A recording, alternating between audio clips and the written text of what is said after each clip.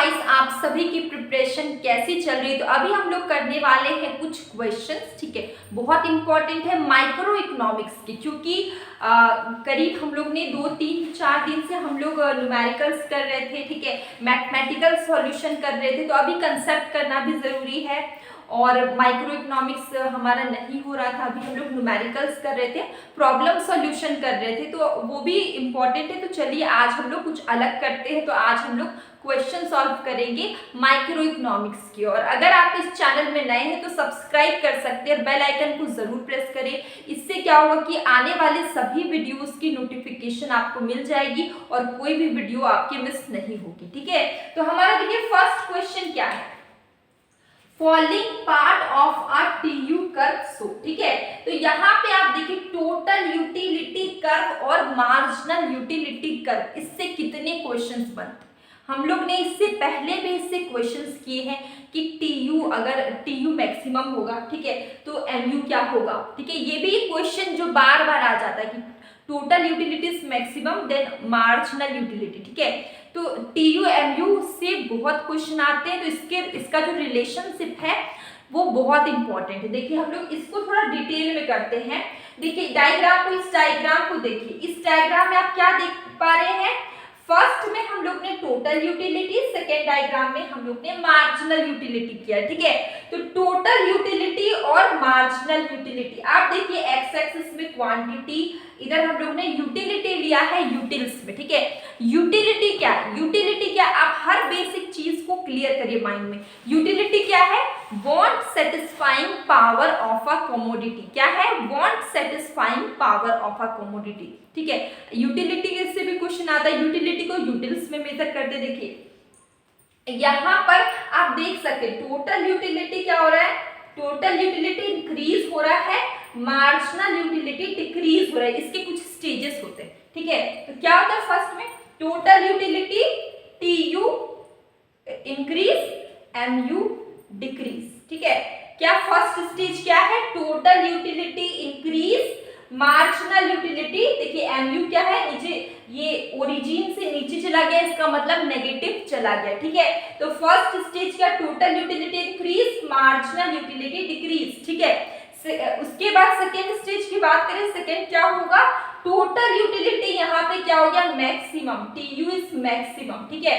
यहाँ पे total utility peak पे है, मैक्सिमम, तो यहाँ पे क्या होगा, मार्जिनल यूटिलिटी इज जीरो, ठीक है। जब टीयू मैक्सिमम हुआ तो एमयू क्या हो जाएगा, जीरो हो जाएगा। इसके बाद ये हमारा सेकेंड स्टेज था, टीयू इज मैक्सिमम, एमयू क्या हो जाएगा आपका, zero. TU is maximum, MU is zero, ये आपका सेकेंड स्टेज है, total utility maximum, marginal utility zero, ठीक है। इसके बाद third stage is, third stage क्या आपका, टोटल यूटिलिटी डिक्रीज कर रहा है, टीयू क्या हो गया, डिक्रीज हुआ, तो मार्जिनल यूटिलिटी ओरिजिन से नीचे चला जा रहा है, ओरिजिन से नीचे जाएगा, इसका मतलब क्या होगा, एमयू यहाँ पे हो जा रहा है नेगेटिव, ठीक है। एमयू क्या, जब ओरिजिन से नीचे जाएगा तो क्या हो जाएगा, एमयू नेगेटिव हो जाएगा। तो यहाँ पे देखिए एमयू क्या हो गया, नेगेटिव हो गया। तो ये तीनों स्टेजेस से क्वेश्चन पूछे जाते हैं और पूछे गए हैं पहले भी, ठीक है।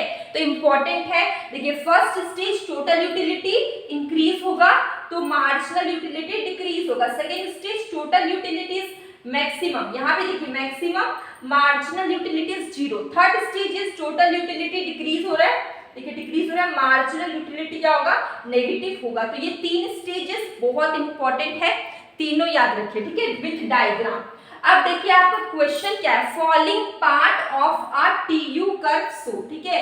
टोटल यूटिलिटी कर्व शो क्या करता है, फॉलिंग पार्ट ऑफ टीयू, ठीक है। जब टोटल यूटिलिटी क्या करेगा, फॉल करेगा, देखिए यहाँ से, यहाँ मैक्सिमम हुआ, पीक पॉइंट पे मैक्सिमम हुआ, उसके बाद क्या कर रहा है, फॉल कर रहा है। फॉल करेगा तो क्या होगा, जब टोटल यूटिलिटी नीचे की ओर जा रहा है, फॉल कर रहा है मतलब डिक्रीज हो रहा है, उस समय मार्जिनल यूटिलिटी क्या होगा, ओरिजिन से नीचे यहाँ पे आ जाएगा, मतलब कि नेगेटिव हो जाएगा, ठीक है। क्या होगा, मार्जिनल यूटिलिटी नेगेटिव। तो आंसर क्या हो गया, एमयू इज नेगेटिव। आंसर कहाँ मिलेगा आपको, देखिए यहाँ पे negative marginal utility, answer will be B.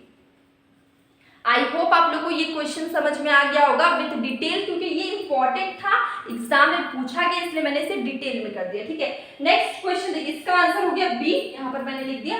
Next question है which of the following is called Gaussian first law. ठीक है, गोसेन फर्स्ट लॉ किसको बोलते हैं? ठीक है, लॉ ऑफ इंडिफरेंस कर्व, ये तो हो ही नहीं सकता है, इंडिफरेंस कर्व अलग है, गोसेन अलग है। Law of equilibrium marginal utility, थोड़ा मिट गया यहाँ पे, इक्विलिब्रियम मार्जिनल यूटिलिटी, तो ये नहीं होगा।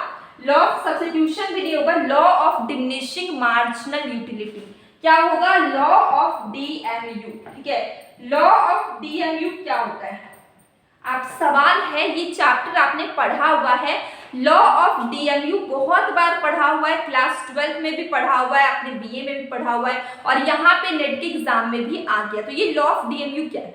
जब आप किसी चीज को ज्यादा से ज्यादा कंज्यूम करेंगे, ठीक है, जब आप किसी चीज को ज्यादा से ज्यादा कंज्यूम करेंगे तो आपका जो सेटिस्फेक्शन लेवल होगा वो क्या होगा? कम होता हो जाएगा। जैसे कि सपोज कि अगर आपने 1 चपाती कंज्यूम की, ठीक है, 1 चपाती आपने कंज्यूम की, ठीक है, उस समय आपको बहुत तेज भूख है, तो आपको मन करेगा हाँ मैं सेकंड में खा लूं। सेकंड आपने खा लिया, थर्ड आपने खा लिया, फोर्थ आपने खा लिया, फिफ्थ आपने खा लिया, अब 6 नंबर जब आएगा चपाती तो आप बोलेंगे अब मेरे से नहीं हो पाएगा।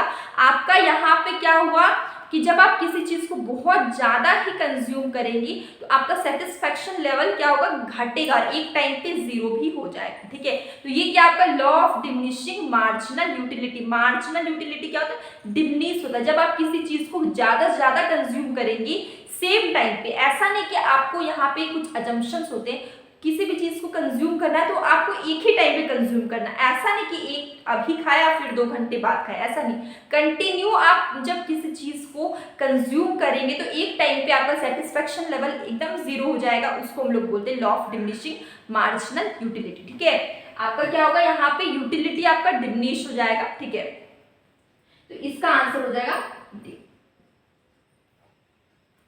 ठीक है, आंसर विल बी डी।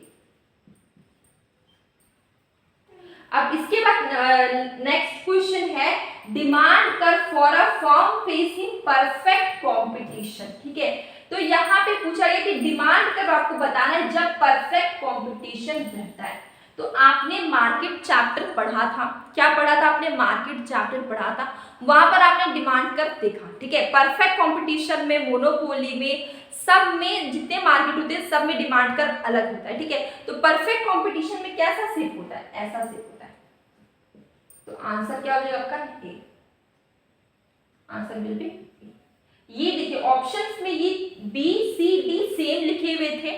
ठीक है, तो जो लिखा हुआ था क्वेश्चन मैंने सेम टू सेम वही लिखा है। ठीक है, तो आंसर इसका क्या हो जाएगा आपका? ए। ऐसा शेप का होता है। ठीक है, डिमांड कर्व आपका ए वाला होगा। तो ये हमारे कुछ क्वेश्चंस थे माइक्रो इकोनॉमिक्स की जो कि आज हमने किए हैं।